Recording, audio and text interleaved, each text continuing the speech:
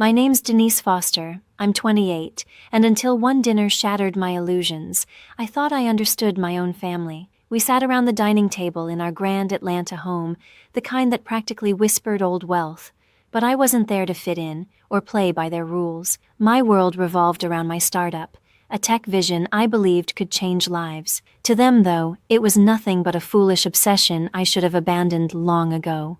Dressed in jeans and a simple sweater, I looked out of place beside their polished luxury and self-satisfied grins. The room felt heavy, the quiet broken only by the faint clatter of silverware. Then my mother leaned closer, her tone sharp enough to slice through the air. "Denise, we're done rescuing you," she said flatly.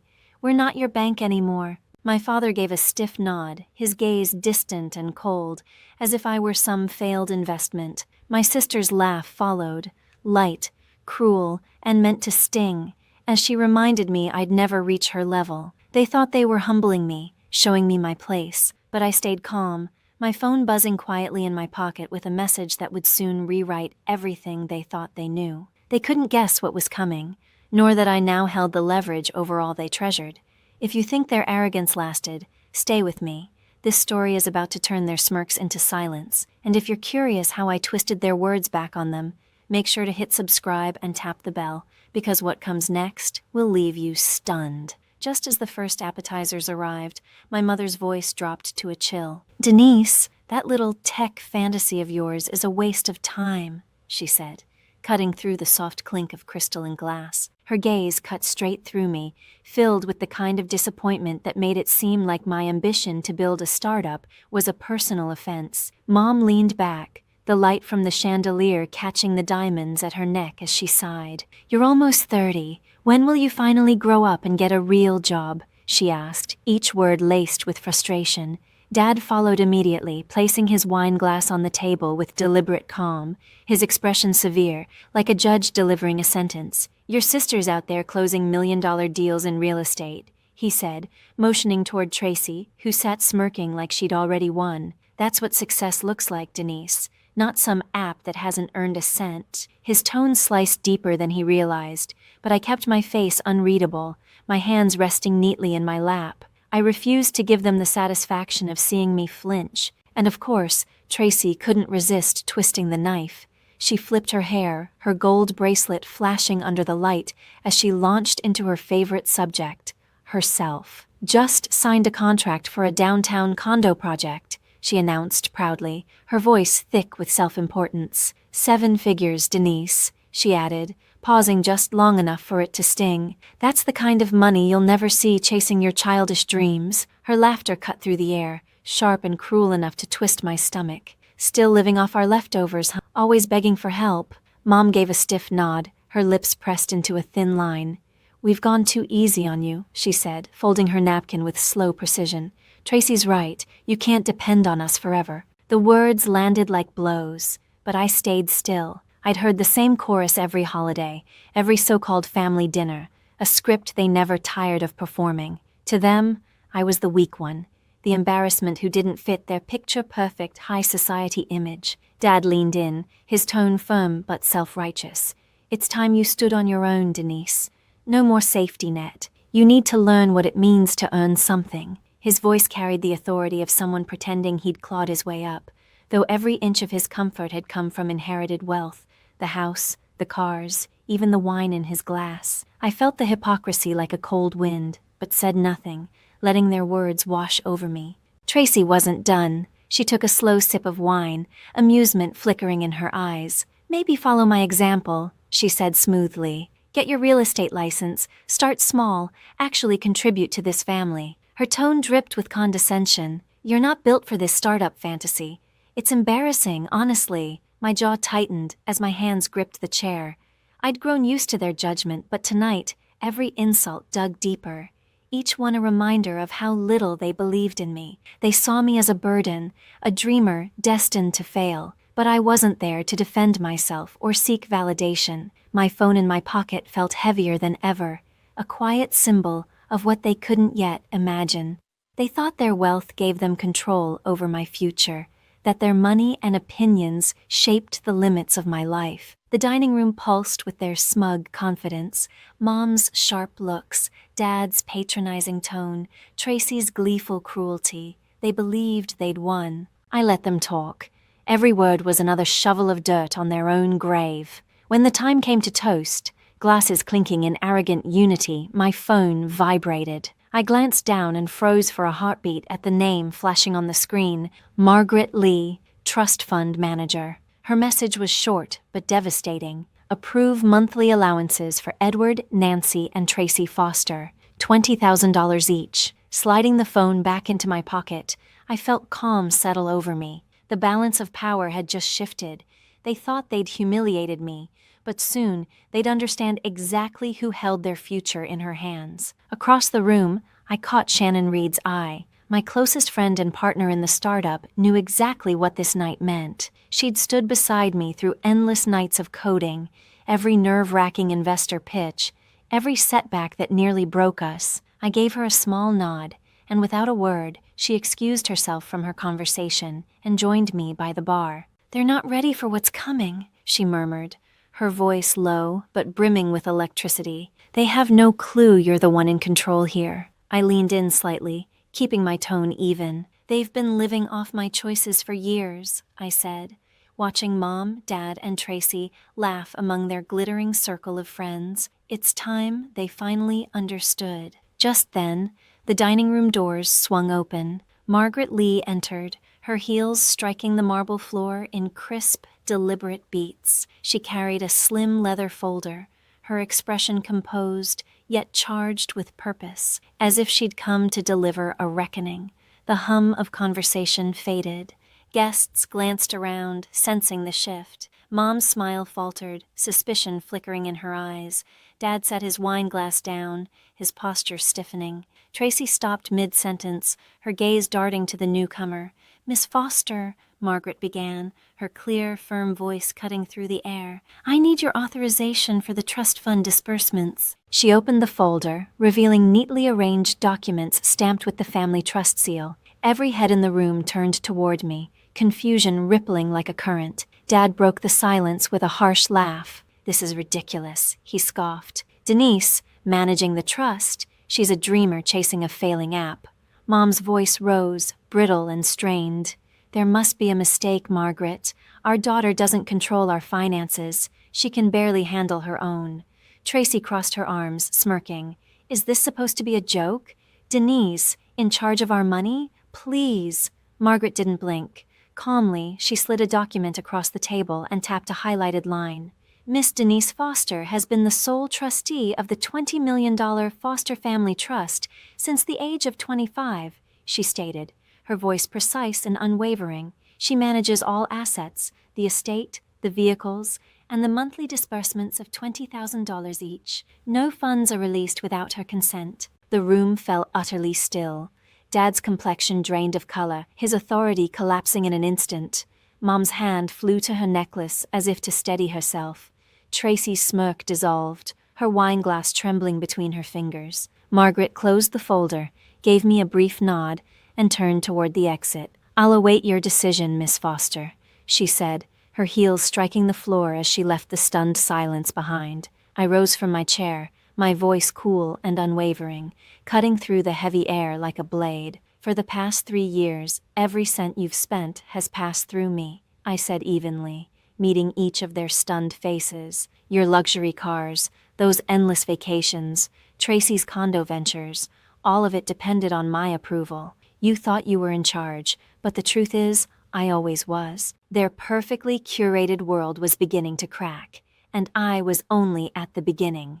Dessert plates clinked softly as my phone vibrated again. I pulled it out, ignoring the awkward chatter that tried to fill the silence. A new message appeared on the screen, from Paul Carter, the bank manager overseeing the trust. "Confirm. Hold on all Foster family allowances." My pulse stayed calm as I hovered over the reply, knowing exactly what came next. After years of being their scapegoat, it was time they learned what their condescension cost. I stepped a few feet away from the table, my voice low but resolute as I spoke into the phone. "Put a hold on everything," I said.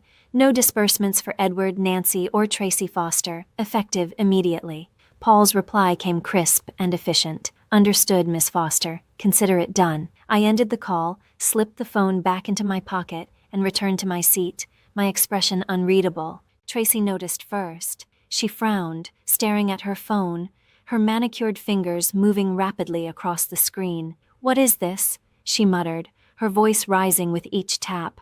"My cards declined." She tried again, her cheeks flushing as the same error message flashed. "This can't be right. I used it this morning." Her eyes flicked toward me, suspicion dawning, but I calmly lifted my glass and took a slow sip of water. Dad's fork stopped midair, his brows drawing together. "Tracy, what's going on?" he asked sharply. She shoved the phone toward him, her voice shaking. "My account's frozen, and the condo deal downtown is collapsing. They're saying the funds never cleared." Panic crept into her tone as she scrolled through a flood of messages from furious partners. Mom clutched her chest, her bracelet jangling as her composure faltered. "That has to be a mistake," she said quickly, though her eyes betrayed the fear spreading behind them. "Our accounts are stable. They've always been." She turned to Dad, her hand gripping his arm. "Edward, the house, the taxes, the mortgage, those are fine, right?" The question lingered in the tense air. I leaned back, my voice calm and measured. "The mansion belongs to the trust," I said, locking eyes with each of them, "and I control the trust. Without my authorization, there's no money for taxes, no payments, nothing." Dad's color drained. The confident patriarch facade cracked as uncertainty took its place. "That's absurd," he muttered, but the weakness in his voice said otherwise. "We don't need your permission to live our lives," Tracy burst out, her voice tight with panic. "You're bluffing. You can't just cut us off. We have our own money, our own business deals." But her hands trembled, fingers gripping her phone like it was her last safety line. Mom tried to step in, her tone cracking under strain. "Denise, please, be reasonable. We've always supported you. This is just a misunderstanding." The words rang hollow, empty echoes trying to mask years of dismissal and contempt. I only shook my head, my expression unreadable. "For 3 years," I said evenly, my voice slicing through the air, "I've signed every check that's kept your cars on the road, your vacations booked, your lifestyle intact. You thought you were in control? You never were." The truth hit like a physical blow. Excuses died on their lips. Tracy's phone buzzed again. She glanced down and gasped. Her largest client had just canceled their contract. The color drained from her face as her polished facade began to crumble. Dad tried to salvage what little dignity he could. "We don't need your charity," he barked, but the tension in his clenched fists told another story. "We've done perfectly fine without you." I arched an eyebrow, letting the silence drag. They could cling to denial all they wanted, but the truth was already settling in. Their wealth, their comfort, their entire sense of power existed because of me. Mom's eyes shimmered with tears, her calm exterior finally breaking. "Denise, you can't do this to us," she whispered, her voice barely holding together. But I didn't flinch. Their panic filled the room, raw and heavy, the air thick with fear. I felt nothing but the satisfaction of balance being restored. They had mocked me, belittled me, written me off as a failure, and now they were learning what that arrogance cost. The dining room fell silent again, the tension broken only by the soft ping of my phone. I glanced at the screen, my chest tightening as I saw the sender, a venture capitalist I'd pitched to the year before. The subject line hit like ice water. "Concerns about your startup's credibility." My jaw tightened as I read. Tracy had sabotaged me. She'd told investors my company was a scam, a desperate money grab. Her lies had tanked a crucial funding round and nearly killed my business before it even launched. I looked up slowly, my gaze locking on hers. "You told investors my startup was a fraud," I said, my voice low, sharp, and unwavering. Her face went ashen, lips parting in a silent denial. But I raised my phone, the email glowing in my hand like a confession. "This came from one of them," I continued. "They heard it directly from you." The room fell dead quiet. Guests stopped whispering, every eye fixed on Tracy as she stammered, her hands trembling uncontrollably.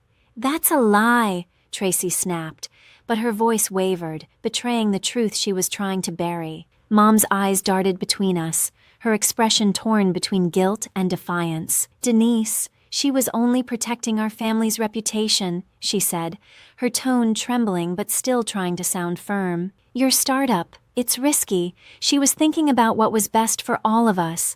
Dad nodded stiffly, his jaw tight. "She didn't mean any harm," he added, voice low, almost pleading. "Tracy was just trying to keep our name out of gossip. You know how fast things spread in our circles."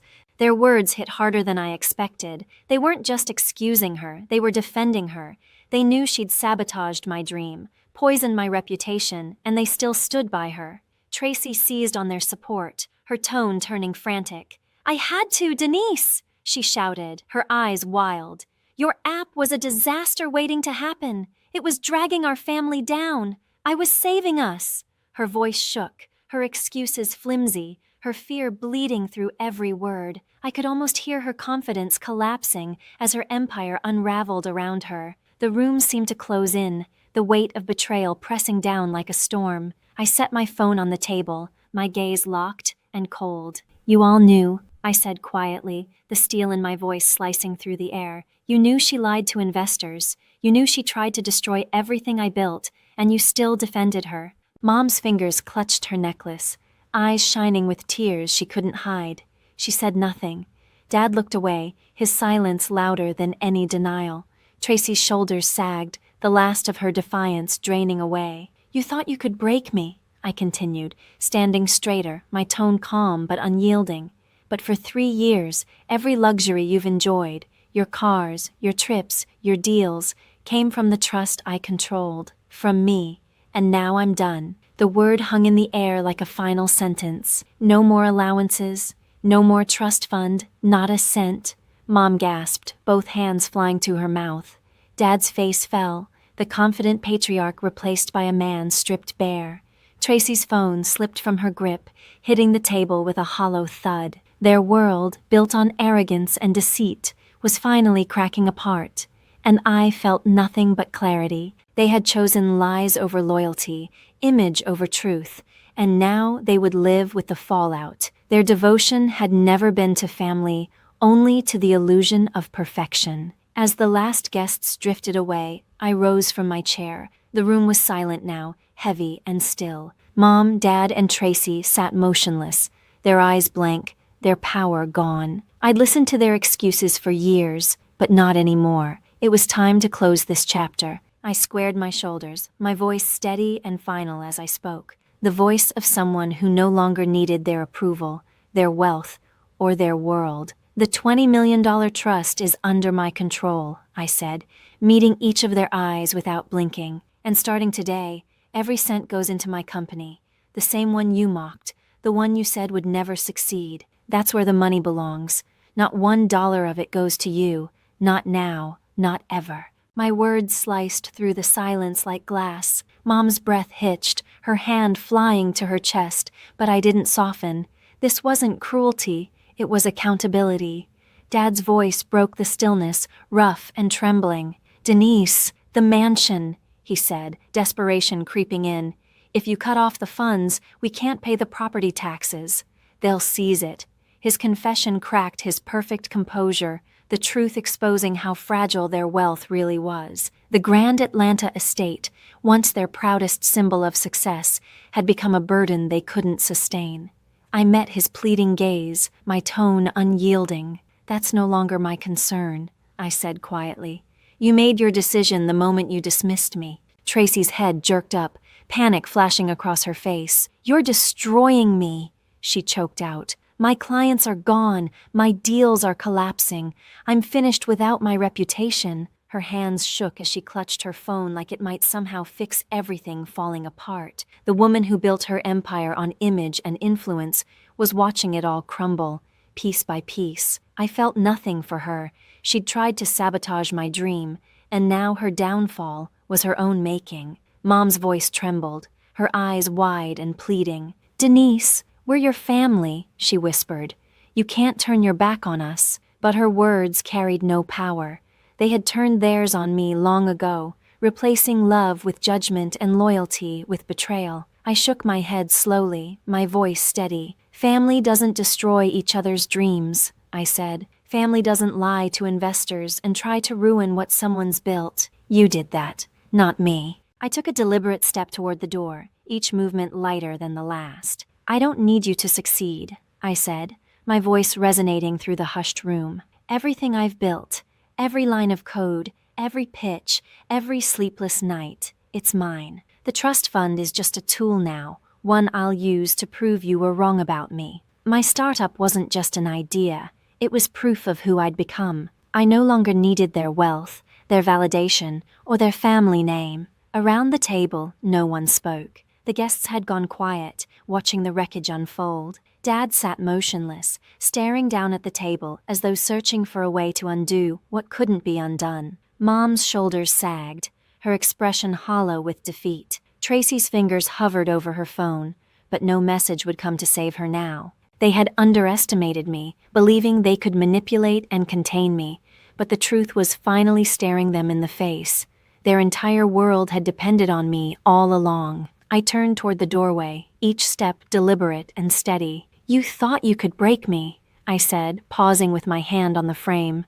But I'm the one who's been holding you up, and I'm done. The silence that followed was suffocating, a far cry from the smug laughter that had filled the house earlier that evening. They had lost it all, their fortune, their prestige, their illusion of control, because when it mattered most, they chose betrayal over belief. As I walked out, the lights of Atlanta glimmered through the mansion's tall windows, a glowing reminder of the city where I had built something real. I didn't look back. Their downfall came quickly. Tax bills piled up, clients withdrew, and the glamorous life they'd curated collapsed piece by piece. I was finally free, ready to create something larger than their narrow world, fueled by my own resilience and the trust I now commanded. 6 months later, I stood in my new office, overlooking that same skyline. The space buzzed with energy, monitors glowing, ideas flying, a team united by purpose. My company's logo shone proudly on the wall, a symbol of everything I'd fought for. What was once mocked as a foolish dream had grown into one of Atlanta's most promising tech ventures, praised in local publications as a disruptor in its field. The $20 million trust, once a safety net for my family's indulgence, had become the foundation of innovation, rebuilt through my labor, my risks, my vision. Pride swelled in me, not just for the success, but for the quiet justice of proving them wrong. Meanwhile, Mom and Dad's empire had shrunk to nothing. Without the trust's support, they lost their mansion to unpaid taxes, forced to sell it at a loss. They'd traded their marble halls and panoramic views for a small apartment far from the city center. Word reached me through mutual friends.